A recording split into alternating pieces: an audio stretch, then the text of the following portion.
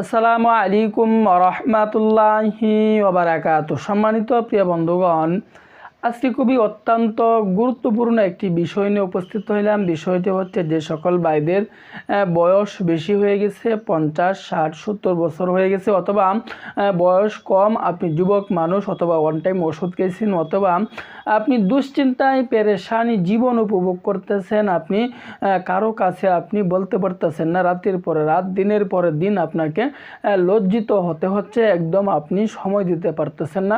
তো ওই সকল ভাইদের জন্য ইসুবগুলের বুশি এবং তুকমা আপনি যদি এই নিয়মে সেবন করতে পারেন, কোন নিয়মে সেবন করবেন আমি যেই নিয়মে আপনাকে বলে দিব, এই নিয়মে যদি আপনি ইসুবগুলের বুশি এবং তুকমা সেবন করতে পারেন, তাহলে ইনশাআল্লাহ আপনার সময়টা বাড়বে, আপনার আকাঙ্ক্ষা বাড়বে।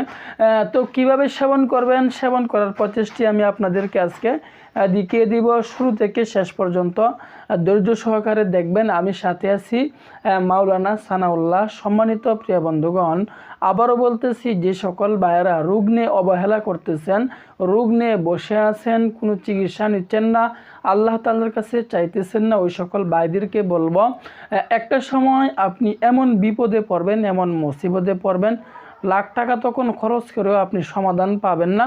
তো এই জন্য বলতেছি, রোগ হলে সাথে সাথে চিকিৎসা নেন, ডাক্তারের পরামর্শ নেন, আপনার জন্য কল্যাণ হবে, আপনার জন্য কল্যাণ বয়ে আনবে। এই জন্য বলতেছি, রোগ নিয়ে বসে থাকবেন না। দিনের পর কেন আল্লাহ তাআলা এই দুনিয়াতে জীবন দিয়েছেন, হায়াত দিয়েছেন, দুনিয়াতে জীবিত থাকা অবস্থায়, হায়াত থাকা অবস্থায় কেন কষ্ট করবেন? টাকার মায়া না করে চিকিৎসা নেন, চিকিৎসা গ্রহণ করাও কিন্তু সুন্নাত। তো সম্মানিত প্রিয় বন্ধুগণ, ইসুবগুলের বুশি এবং তুকমা আমরা কিভাবে সেবন করব?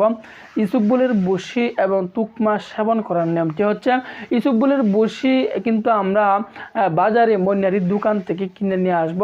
100 গ্রাম করে ইসুবগুলের বুশি এবং তুকমা, ইসুবগুলের বুশি এবং তুকমা এই দুটা জিনিস আমরা মনিহারির দোকান থেকে কিনে নিয়ে আসব। 100 গ্রাম পরিমাণে আমরা কিনে নিয়ে আসব। নিয়ে আসার পরে এটা আমাদেরকে একটু প্রসেসিং করতে হবে।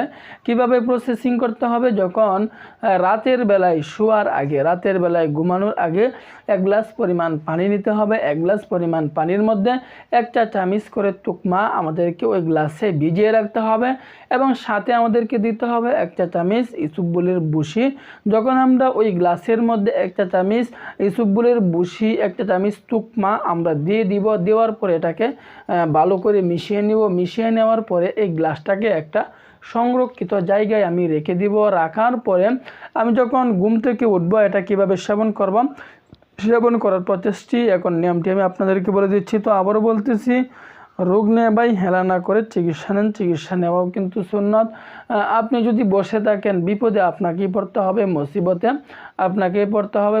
বসে না থেকে আল্লাহ তাআলার উপর ভরসা করে, ইয়াকিন রেখে, সম্পূর্ণ ইয়াকিন রেখে চিকিৎসা গ্রহণ করুন, অথবা যে বেশওয়াশটির কথা আমি বলে দিলাম, এই বেশওয়াশটি সেবন করা শুরু করে দেন। ইনশাআল্লাহ আপনারও উপকার হবে, অন্য ভাইদেরকেও এটি ব্যবহার করার জন্য উৎসাহিত করবেন ইনশাআল্লাহ। তো সম্মানিত প্রিয় বন্ধুগণ, এটি সেবন করার নিয়ম হচ্ছে, আমরা প্রতিদিন সকালবেলায় খালি পেটে এটি সেবন করব, এবং রাতের বেলায় ঘুমানোর আগে এটি আমরা সেবন করে ফেলব। এভাবে যদি 1 মাস পর্যন্ত এই বেশওয়াশটি 2 বেলা সেবন করতে পারি, ইনশাআল্লাহ দিন দিন দেখবেন আপনার ভিতরে পরিবর্তন চলে আসতেছে।